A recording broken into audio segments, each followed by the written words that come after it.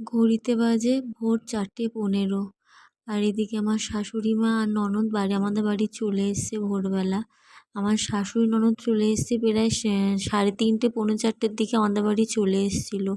ওই যে তোমাদের বলেছিলাম আমরা শিয়ালদায় যাব, যে আমাদের অ্যাক্সিডেন্টটা হয়েছে, আমাদের সাথে দুর্ঘটনাটা, তো সেই কারণেই শিয়ালদায় যাওয়া। অত ভোরবেলা কোনো টোটো অটো ছিল না, যাই হোক পায়ে হেঁটে মানে গোড়াবাজার স্টেশনে গেছি।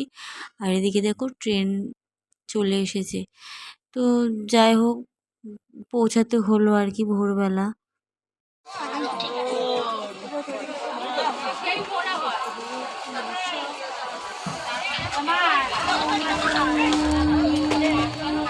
তো এদিকে আমরা শ্মশানে চলে এসেছিলাম।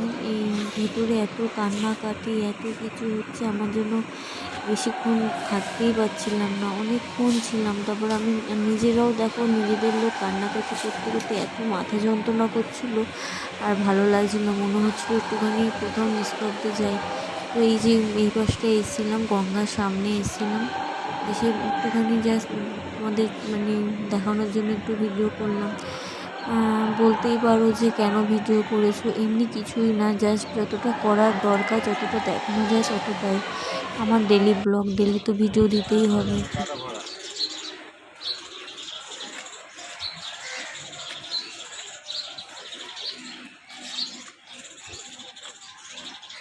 আমরা এখন এই নিমতলা শ্মশানে আছি, দাও করতে এসেছি।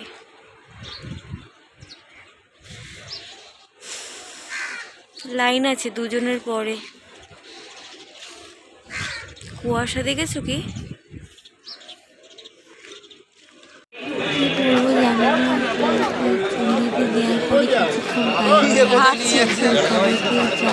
খাওয়ানোর জন্য আর কি বসিয়েছিল। তো আমি যাচ্ছিলাম না, প্রথমে মামা শ্বশুর বলে চলো একটু চা খেয়ে যাবো। আমি কাজল আর মামা শ্বশুর আমরা 3জন অন্য একটা দোকানে গেছিলাম, আর সবাই অন্য দোকানে রয়েছে, তো ওখানেই যাচ্ছিলাম।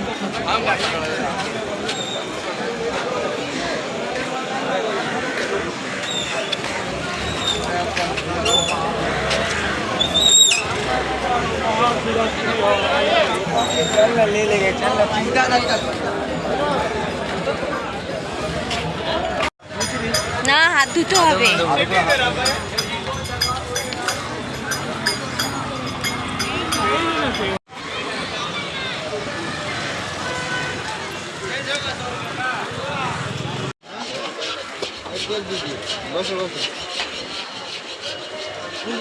আমি কিছু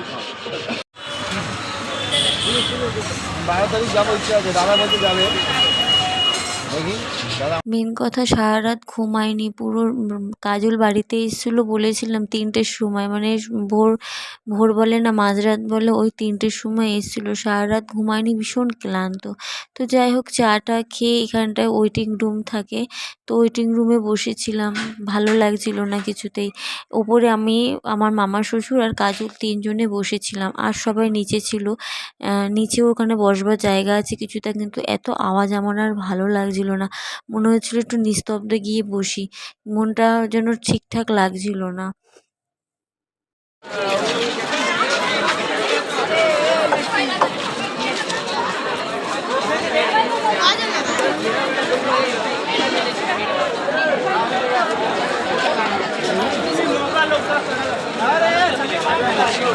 কোন দিকে গেল গো কই সবাই?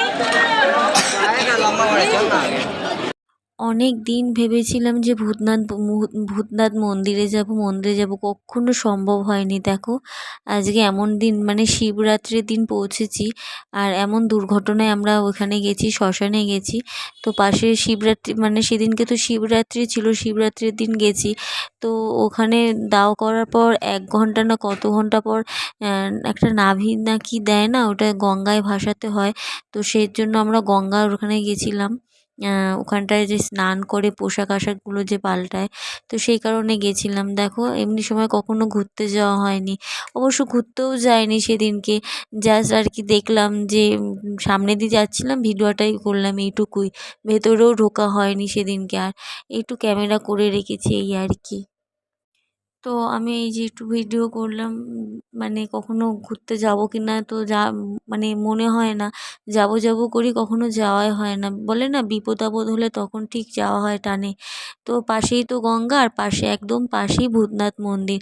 আর এই গঙ্গাতেই স্নান করে যে কাপড়গুলো বদলাতে হয়, তো সেই জন্যই আর কি আসা। ওখানে দাঁড়িয়েছিলাম আর আমাদের লোকজন, এখানে দেখো কেউ আনন্দে এসছে, কেউ দুঃখেতেও এসছে।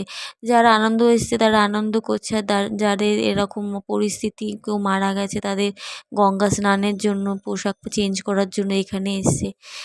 গঙ্গা কত জিনিস বোঝায় বলো, আনন্দ তো সাথ দেয়, দুঃখেতেও। এই আর কি দাঁড়িয়েছিলাম।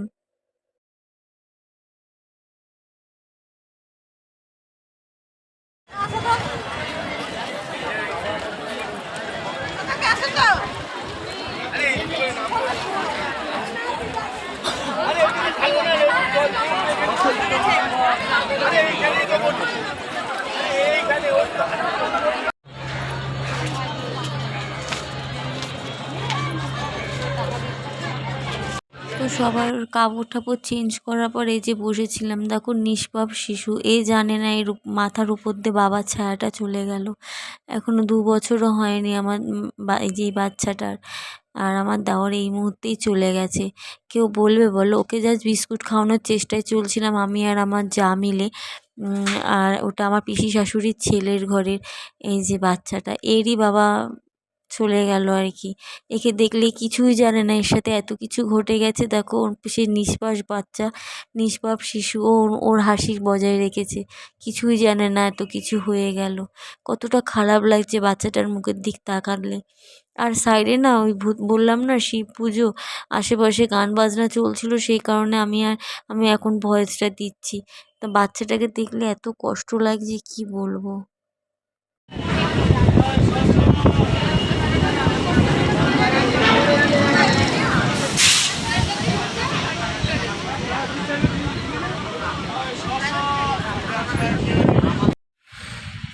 তো নেমে পড়েছি বুঝেছো, ক্যান্টনমেন্ট গোড়াবাজার নেমে গেছি। নেমে এবারে বাড়ি যাচ্ছি। এখন কটা বাজে দাঁড়াও টাইমটা দেখি, টাইমটা 12টা 15, 12টা 15। তো চলো বাড়ি যাই আর কি। রোদ, গলা পুরো শুকিয়ে গেছে, গিয়ে একটু স্নান করতে পারলে বাঁচি। এখন এত গরম লাগছে আর গলা শুকিয়ে গেছে। আর আজকে তো শিবরাত্রি করতে পারলাম না, সে যাই হোক, সোমবার দেখে একটা দিন জল বাবার মাথায় ঢেলে দেবো, হয়ে যাবে। আমি করিনি বলে বাবানও করেনি। তো চলো বাড়ি যাই, বাড়ি গিয়ে কথা হচ্ছে।